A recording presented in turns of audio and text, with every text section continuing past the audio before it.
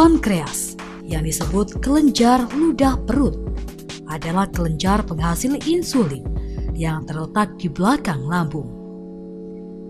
Di dalamnya terdapat kumpulan sel yang berbentuk seperti pulau pada peta.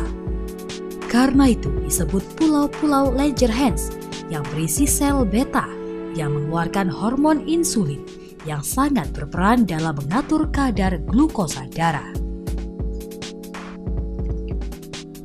Insulin yang dikeluarkan oleh sel beta tadi dapat diibaratkan sebagai anak kunci yang dapat membuka pintu masuknya glukosa ke dalam sel, untuk kemudian di dalam sel glukosa tersebut dimetabolisasikan menjadi tenaga. Bila insulin tidak ada, maka glukosa dalam darah tidak dapat masuk ke dalam sel, dengan akibat kadar glukosa darah tidak dapat masuk ke dalam sel dengan akibat kadar glukosa dalam darah meningkat. Keadaan inilah yang terjadi pada diabetes mellitus tipe 1.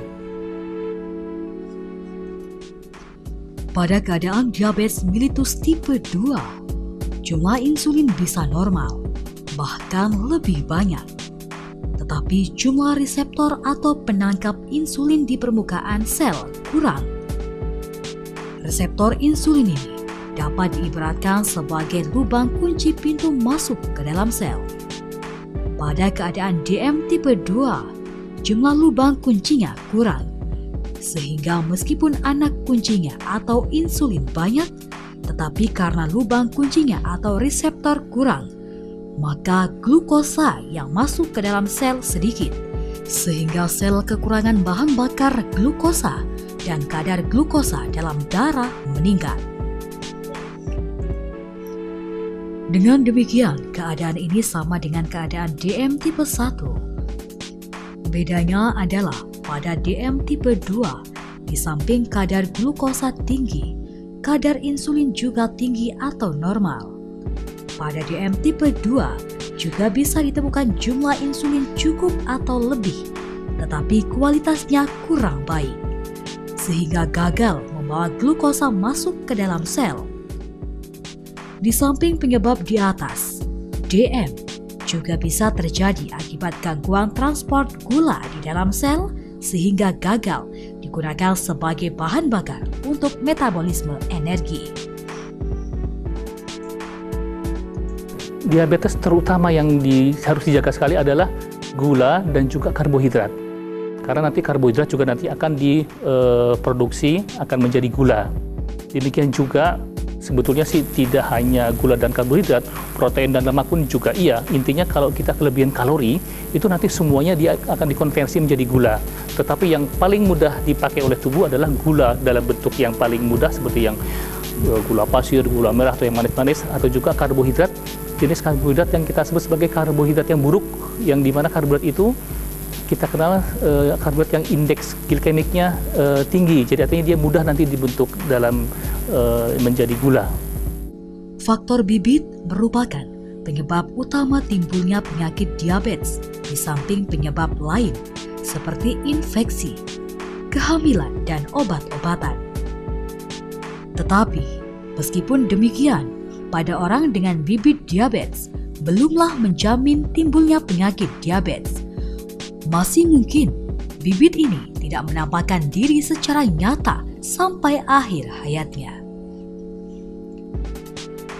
Beberapa faktor yang dapat menyuburkan dan sering merubah faktor pencetus diabetes mellitus adalah kurangnya gerak atau malas, makanan berlebihan, kehamilan, kekurangan produksi hormon insulin, penyakit hormon yang kerjanya berlawanan dengan insulin. Gejala dan tanda-tanda awal adanya penyakit diabetes ini pada awalnya seringkali tidak dirasakan dan tidak disadari oleh penderita. Beberapa keluhan dan gejala yang perlu mendapat perhatian ialah: 1. Keluhan klasik. Penurunan berat badan atau BB dan rasa lemas.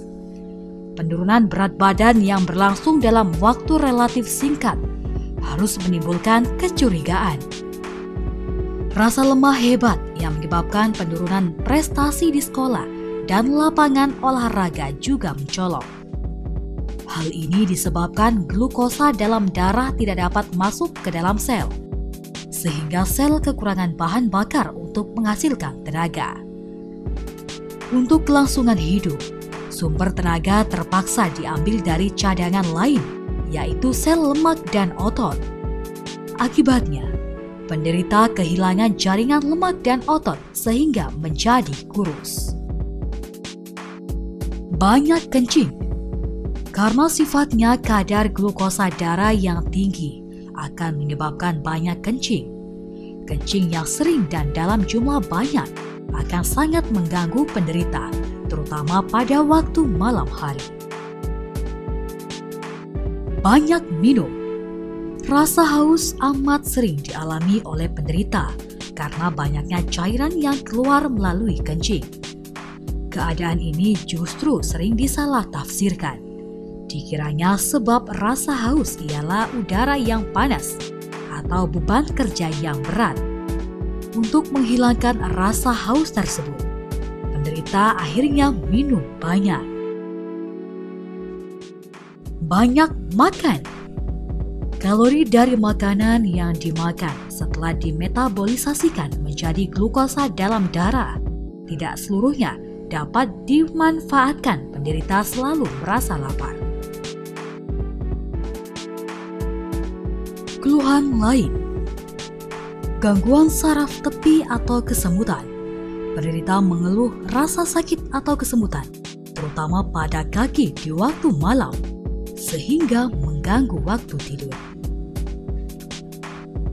Gangguan penglihatan. Pada fase awal, penyakit diabetes sering dijumpai gangguan penglihatan yang mendorong penderita untuk mengganti kacamatanya berulang kali agar ia tetap dapat melihat dengan baik. Gatal atau bisul.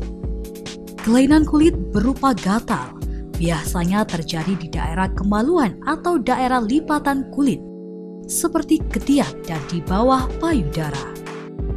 Sering pula dikeluhkannya timbulnya bisul dan luka yang lama sembuhnya. Luka ini dapat timbul akibat hal yang sepele, seperti luka lecet karena sepatu atau tertusuk peniti. Gangguan ereksi. Gangguan ereksi ini menjadi masalah tersembunyi karena sering tidak secara terus terang dikemukakan penderitanya. Hal ini terkait dengan budaya masyarakat yang masih merasa tabu membicarakan masalah seks apabila menyangkut kemampuan atau kejantanan seseorang. Keputihan. Pada wanita, keputihan dan gatal merupakan keluhan yang sering ditemukan dan kadang-kadang merupakan satu-satunya gejala yang dirasakan. Apabila ditemukan gejala dan tanda-tanda seperti di atas, sebaiknya segera pergi ke dokter untuk berkonsultasi. Sebaiknya kalau kita memang punya kesempatan yang baik, sebaiknya sih pergi ke laboratorium, kita cek gula darah. Jadi gula darah sebelum makan, yang kita sebut sebagai gula darah puasa, dan juga gula darah 2 jam sesudah makan.